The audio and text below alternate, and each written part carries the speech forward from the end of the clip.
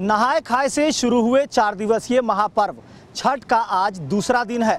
आज खरना का दिन है और छठ व्रती गुड़ और चावल से खीर बनाकर प्रसाद ग्रहण करेंगे और इस प्रसाद के बाद 36 घंटे का निर्जला उपवास करेंगे। लेकिन सबसे महत्वपूर्ण चीज़ होता है कि भगवान भास्कर का जो उपासना है वो छठ घाटों से होती है। और छठ घाट की बात करेंगे तो हम इस समय मौजूद हैं रांची के स्वर्णरेखा नदी में, क्योंकि नदी का जो कलकल पानी है यहाँ से भगवान सूर्य को, भगवान भास्कर को अर्घ देने का महत्व कुछ अलग ही माना जाता है। हमारे साथ स्वर्णरेखा नदी के यहाँ समिति के कुछ लोग हैं, इन लोगों से बात करेंगे। स्वर्णरेखा नदी में छठ व्रतियों की काफ़ी भीड़ होती है, क्या कुछ इंतज़ाम यहाँ पर किया गया है इनके लिए? नहीं, हम लोग यहाँ पे 50 साल से बीते छठ पूजा की व्यवस्था करते हैं। हम लोग पानी को यहाँ पे रोक के जमा के और उसको साफ सफाई में पूरा ध्यान देते हैं। ब्लीचिंग चूना डाल के उसको साफ करते हैं और लेबर लगा के पूरा नदी की सफाई करवाते हैं कि ताकि आने वाले छठ व्रतियों को किसी प्रकार का कोई दिक्कत ना हो।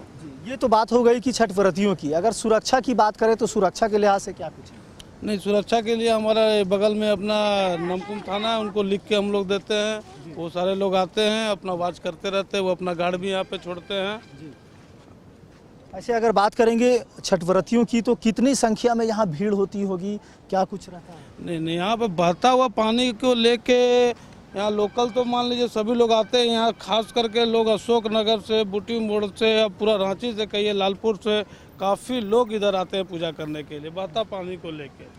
पानी का थोड़ा तैथी रहता है, लेकिन हम लोग इसी में अपना साफ सफाई करके लोगों को व्यवस्था देने का पूरा कोशिश करते हैं। अच्छा, छठ महापर्व बड़ा ही पवित्र त्यौहार होता है, भगवान सूर्य की उपासना होती है। ऐसे में आज का जो खीर यानी खरना का जो खीर का है उसका क्या कुछ महत्व होता है? नहीं, ये तो बहुत ही बड़ा, हमारा बिहार का तो ये सबसे बड़ा महान पर्व माना जाता है और इसको बहुत ही निष्ठावान से लोग है। ये आज का जो ये खरना करके लोग इसके बाद 24 घंटा बिना पानी का ही रहेंगे। अभी जो स्वर्णरेखा नदी में जो जिस तरह से यहाँ तैयारियाँ की जा रही है, कुंड भी बनाया जा रहा है, तो कुंड बना रहे हैं लोग, अपना अपना जगह भी यहाँ पर कुछ तय कर रहे हैं। नहीं, सार्वजनिक, सारा सार्वजनिक घाट है। लोग अपने मन से आके बैठा गए, अपने मन से कर रहे हैं, वो नहीं है। नहीं है, सारे लोगों के लिए सुविधा बराबर है। सब लोग एक साथ घेरने से उसका नहीं हो जाएगा। बिल्कुल, तो बात हो रही है छठ महापर्व भगवान भास्कर को अर्घ देने की। ऐसे में पूरे पवित्रता के साथ, विधि विधान के साथ छठ का महापर्व 4 दिवसीय जो है वो आयोजित होता है, जो कि झारखंड, बिहार, बंगाल, उत्तर प्रदेश सहित देश के कई राज्यों में इस त्यौहार को बड़े ही हर्षोल्लास के साथ मनाया जाता है। जब बात पवित्रता की हो रही है, जब बात विधि विधान की हो रही है, तो स्थानीय पंडित जी से बात करना बेहद ही ज़रूरी है। पंडित जी, लोक आस्था का महापर्व छठ बड़ा ही उल्लास के साथ, पवित्रता के साथ मनाया जाता है, क्या कुछ इसके महत्व होते हैं? आज दूसरा दिन जो खरना हो रहा है, इनका महत्व हम क्या वर्णन कर सकते हैं बाबू। ये तो तीनों लोक के स्वामी हैं, आकाश पाताल पृथ्वी। इन्हीं के प्रकाश से, इन्हीं के छत्र छाया में पूरा संसार जीवित है। चंद्रमा मनुषो जात चक्षो सूर्यो अजायत। चंद्रमा और सूर्य का जब प्रकाश या सब कृषि के ऊपर पड़ता है तो उससे यहाँ पर अच्छा उपज होता है और उसी से फिर पूरे संसार के लोग खाते हैं। और कार्तिक महीना में कतकी धान होता है और इसमें जो है सो कार्तिक भगवान का पूजा होता है। कार्तिक भगवान देवताओं के सेना नायक बने थे हैं और सेना उनका माँ पार्वती छठ व्रत किया था कि हमारे पुत्र जो है सो विजय होके आवे। और इनका महिमा क्या हम वर्णन कर सकते हैं। ये तो तीनों खुद आकाश पाताल पृथ्वी तीनों लोक के स्वामी हैं। पंडित जी, करीब 2 वर्षों के कोरोना काल रहा, लॉकडाउन रहा, देश के लोगों ने छठ महापर्व सहित कई त्योहारों को नहीं देखा। इस बार जो मौका मिला है, इस मौके को पाते हुए छठ मैया से क्या कुछ आशीर्वाद होगा, क्या कुछ आशीर्वाद यही मांगना है कि प्रथम सुख है सुख की काया, और दूसरा सुख है धन और दया, और तीसरा सुख पतिव्रता नारी, और चौथा सुख है पुत्र आज्ञाकारी।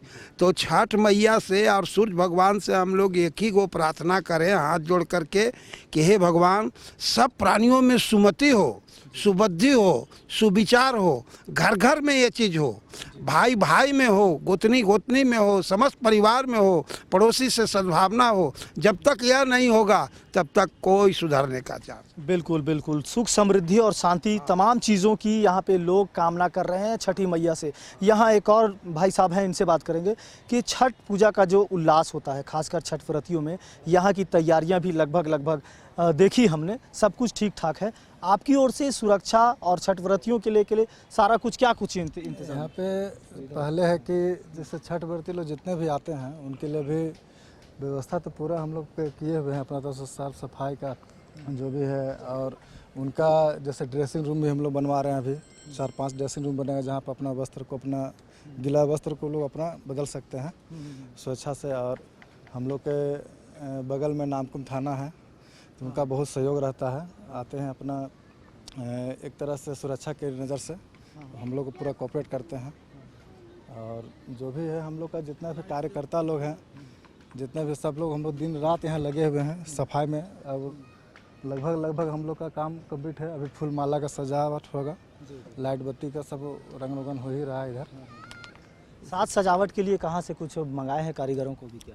नहीं, सब हम लोग का लोकल ही रहते हैं, लोग लोकल है। जो रेगुलर हम लोग का लगता है 20-25 साल से रेगुलर यहाँ पे, वही लोग अपना पूरा कर रहे हैं, साज सजावट का काम कर रहे हैं वही लोग। बहरहाल छठ महापर्व को लेकर, लोक आस्था के महापर्व को लेकर तमाम तैयारियां लगभग विभिन्न छाटों में कर ली गई, छठ घाटों में कर ली गई है।